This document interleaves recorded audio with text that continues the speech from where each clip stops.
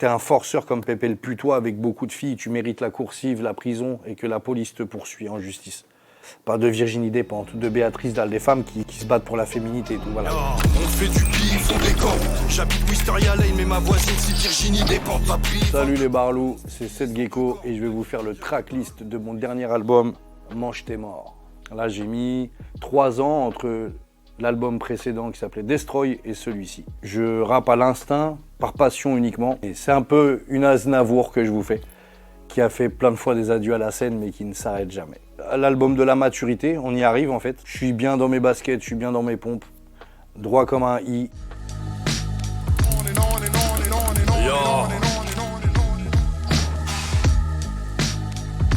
C'est le témoin numéro 1, c'est Régina Louf. Son reportage, je le conseille à tout le monde, qui dénonce toute l'affaire Dutroux, qu'elle était depuis sa plus tendre enfance impliquée dans les réseaux victimes. Voilà, cet album-là, il défend beaucoup la cause des enfants et des femmes contre toute attente. Un témoignage poignant d'une petite fille qui a subi les pires horreurs, mais qui sont pleins. Il y a quand même 1 enfant sur 5 concerné par l'inceste ou la pédocriminalité, et c'est très grave, et on se doit de protéger les enfants.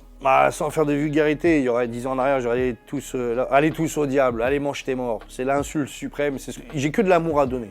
Et je me casse du rap, et je leur dis d'aller manger vos morts, parce que dans le rap, il n'y a pas d'amour en fait. Il y a pas. C'est devenu un business comme un autre. Mais moi, j'ai jamais attendu le rap pour faire de l'argent. Peut-on dire que je remplis le lave-vaisselle si je prends la femme de ménage en levrette? C'est une blague. Elle est un peu lourde, je le suis un peu, mais elle fait rire finalement. Moi, elle me fait rire. S'il n'y avait pas le jeu de mots avec ça, je l'aurais jamais dit la phrase en fait. Elle m'a inspiré ça, remplir le lave-vaisselle. Comment je peux faire un jeu de mots avec ça? Ah ouais, d'accord, mais entre autres chez moi, c'est moi qui remplis la vaisselle, alors c'est moi le lave-vaisselle. Mais dans le même morceau, personne ne soulève le point où je dis t'es un forceur comme Pépé le putois avec beaucoup de filles, tu mérites la coursive, la prison et que la police te poursuit en justice. Quand je dis sur 100 femmes, combien sont victimes de Jonathan Daval? Pas de Virginie Despentes, de Béatrice Dalle, des femmes qui se battent pour la féminité et tout, voilà. C'est le premier morceau de l'album que j'ai fait, le premier feat. Non, il a 3 ans avec Da Uzi, voilà. Un Français qui a grandi dans la street. Et ça, on peut pas me l'enlever. Donc moi, je suis toujours quand même attiré par ce rap-là authentique. Et tout le monde veut des sous. C'est le papier, tout le monde court après le papier. Moi, je suis plus dans une phase, je cherche des moments de vie aujourd'hui. C'est ça la richesse, elle est dans les valeurs, dans les choses qu'on inculque, le partage. La richesse, elle est là, elle n'est pas dans le compte bancaire.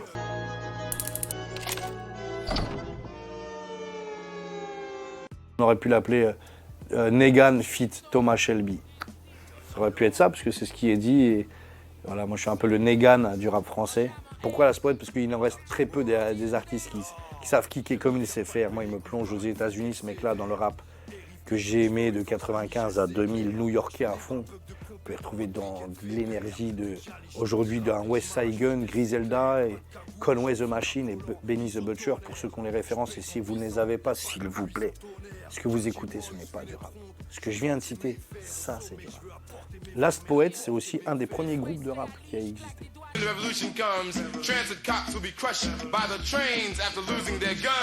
Je deviens vieux, et entendre les péripéties d'un gamin de 16-18 ans, ça me rappelle que moi aussi, j'ai pu être vulgaire ou dire des trucs peut-être pris au premier degré, et ça me dérange en fait. Quand il dit ouais, je l'ai amené dans ma chambre, je l'ai à droite, des trucs comme ça et tout. Si c'est pas dit, même avec de l'humour, j'aurais du mal. Quand mon fils, on a fait l'album en commun, tout ce type de rap-là, ça me dérange en fait. Et ça se trouve, j'ai dérangé les gens, donc je demande pardon à toutes les personnes que j'ai dérangées. Il y a une espèce de sexualité qui est un peu, que je comprends pas trop, qui est un peu dans cette génération où les gens un peu forts, on cultive ce truc de rabaisser un peu la femme et tout, qu'elle se retrouve comme en face de Pépé le putois, quoi, que les mecs se rendent même pas compte qu'ils forcent. C'est des forceurs, ça me dérange énormément, et quand ils le chantent naturellement dans des textes, c'est-à-dire qu'ils n'ont aucune conscience de ce qu'ils font, c'est comme ça qu'aujourd'hui il y a des filles qui se retrouvent victimes d'agresseurs. Et si je l'ai fait moi aussi, je me dégoûte de l'avoir fait. Des fois j'ai du mal à me dire « Ah putain, pourquoi j'ai dit des trucs comme ça ?» Je suis un homme, tout était concentré, tout devait graviter autour de moi à un moment donné, hein, dans mon développement personnel, exister à travers son sexe, de se dire oui, le maximum de femmes, avoir les mauvaises quêtes en fait. Et une fois que tu sors la tête de tout ça, tu dis mais la vie c'est pas ça, c'est celui qui qui prône la fidélité, qui est celui qui est exemplaire en fait, qu'on puisse admirer ou s'inspirer. On a du mal avec ça. Il y a des hommes qui se disent c'est à travers les conquêtes qu'ils existent. Puis après tu vois en fait que c'est des failles, que c'est des gens qui manquent cruellement de confiance en eux. Et je pense que quand tu arrives à trouver de la confiance en toi et tout, toute ta perception de ça change.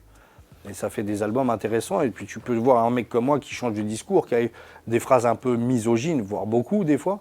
Toujours tourné avec de l'humour parce que c'était plus de l'amour chien-chat qu'il y avait avec les femmes. Y'a pas que sur le ring que mes lascars cognent. Tes jambes tremblent, victimes, descendants de vikings, mais vieux. Mais il faut savoir s'arrêter et partir sur une bonne note. J'ai l'impression que je suis mort et que les gens ils viennent se recueillir sur ma tombe. Mais non, on t'adorait, c'est génial ce que t'as fait pour le rap. C'est bon, je suis encore vivant, je peux mettre même mes conneries au service d'autre chose. Sur la carte de mes burgers, par exemple, le hot dog, on l'appelle le Zizi Burger. Voilà, moi, ça me fait rire. Après, ça vous fait pas rire, c'est pas grave. Je le mangerai pour vous.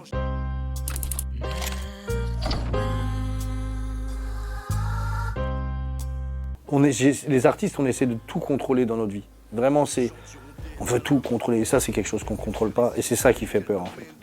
Personne n'est prêt réellement à affronter la mort.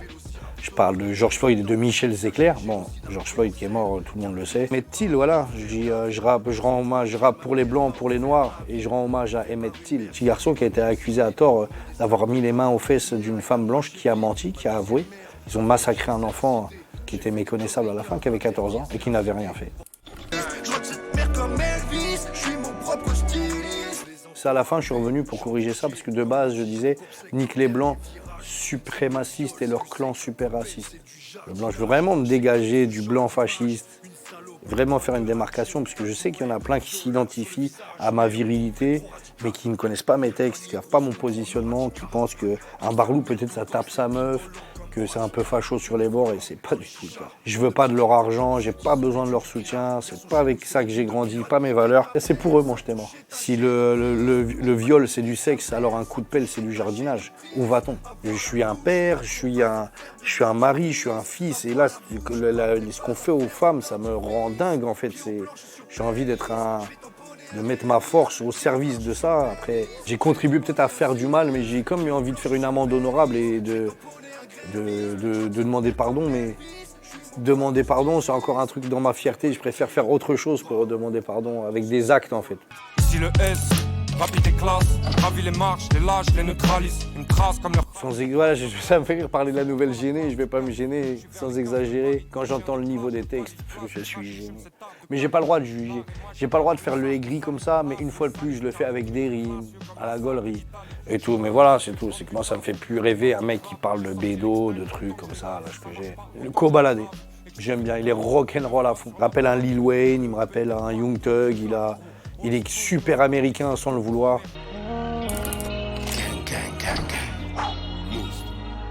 J'ai peur parce que mon fils, c'est comme la génération de maintenant, ils veulent être des stars avant d'être des artistes. Moi, je cherchais à être le meilleur rappeur et d'impressionner les rappeurs qui m'ont donné envie d'écrire. J'ai jamais chanté de ma vie pour faire de l'argent en me disant c'est un moyen de sortir de la cité, un moyen d'acheter une maison à ma mère. Jamais. Je pensais même pas que le rap ça allait m'apporter des sons. Et voilà. Et quand mon fils, je sens son discours il veut être une star avant d'être un artiste, j'essaie de lui dire fils. Et il en a pris conscience aujourd'hui. Bon après, il veut pas faire la même chose du coup parce que tu vois, lui plus il chante, il est plus dans un truc mainstream, il aime bien les nanas et tout. Après, je lui fais juste attention, quand tu parles des femmes, parle pas de trucs premier degré, j'aime pas, ça me dérange en fait, ça me rend ouf. Et c'est comme un comble que c'est moi qui dise ça. Mais comme quoi, il y a que les cons qui ne changent pas d'avis. Il faut changer la mentalité des garçons plutôt que de dire aux filles sors pas avec une jupe. C'est les gars, laissez les filles tranquilles en jupe, c'est pas une invitation au sexe quoi.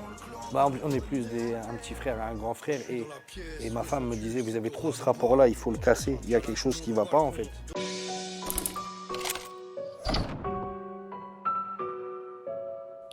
Tigre, symbole de la force, et là c'est pareil, le tigre qui pleure, c'est montrer la faiblesse. Et je me dévoile sur...